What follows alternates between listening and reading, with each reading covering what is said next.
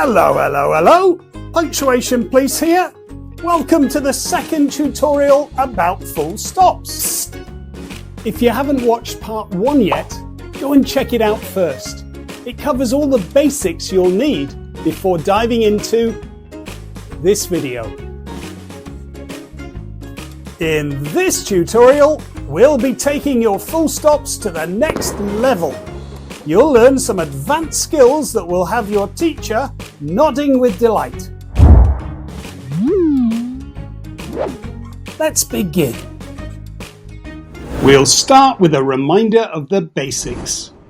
A full stop, called a period in the United States and Canada, is used to mark the end of a sentence. Whilst a full stop indicates the finish of a sentence, a capital letter is used to visually signal the start of a sentence. When you forget to put a full stop, your sentences will suffer from a condition called sentence run-on. This is when one sentence runs into the next, and this is something you definitely don't want to happen.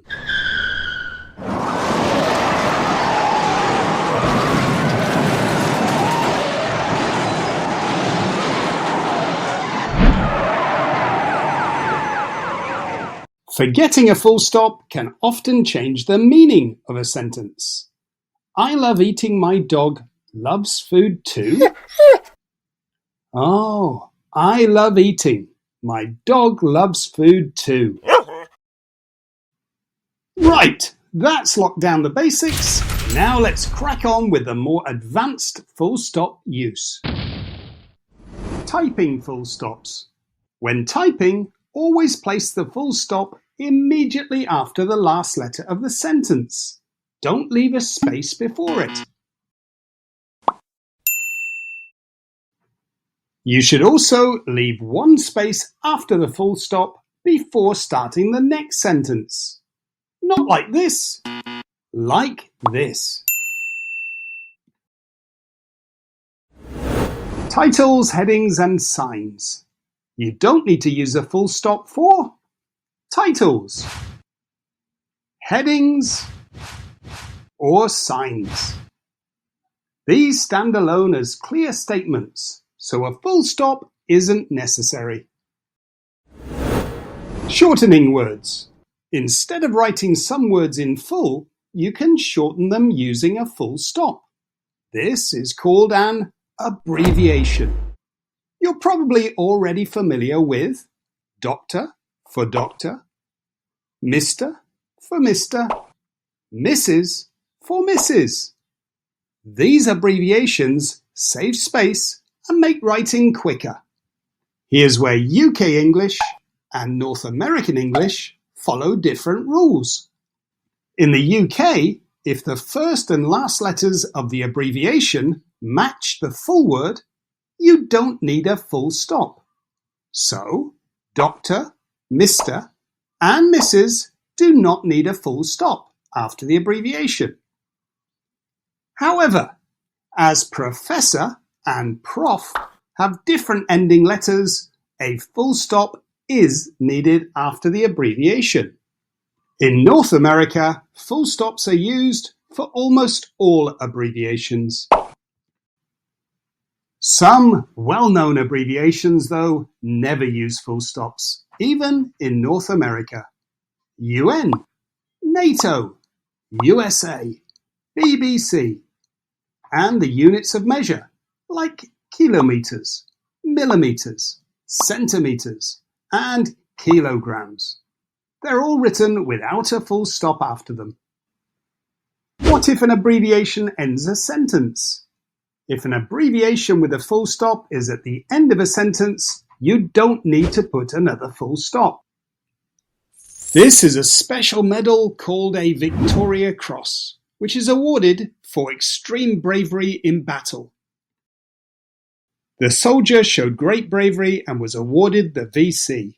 No, the soldier showed great bravery and was awarded the VC.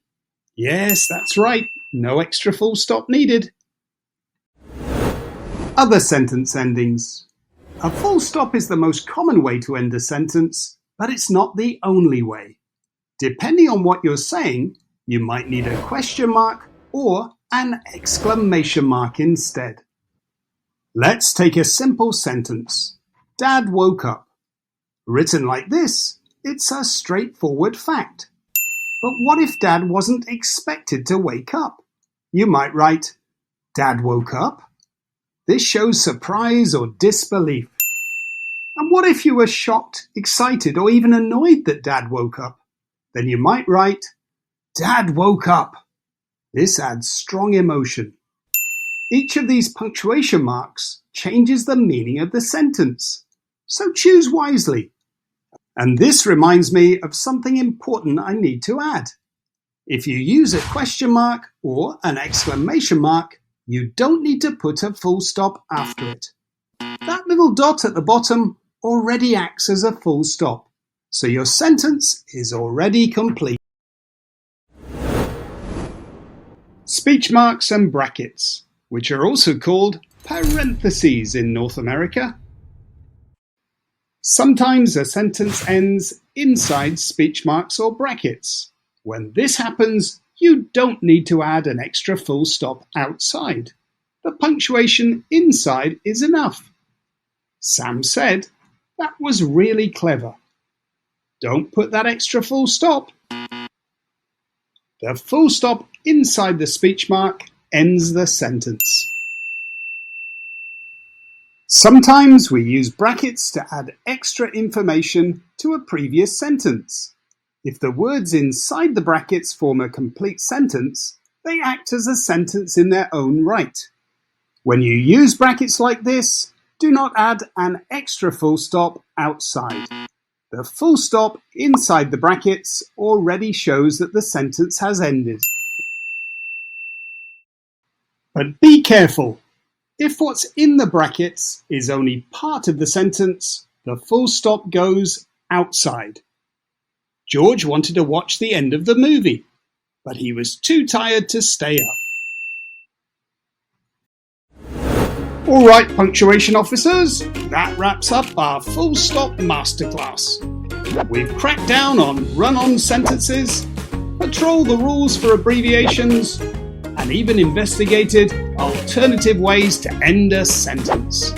Now it's your turn. Make sure your writing is clear, your full stops are in the right places, and that no sentence is left wandering off without one. If you found this video helpful, give it a thumbs up and subscribe for more punctuation tips.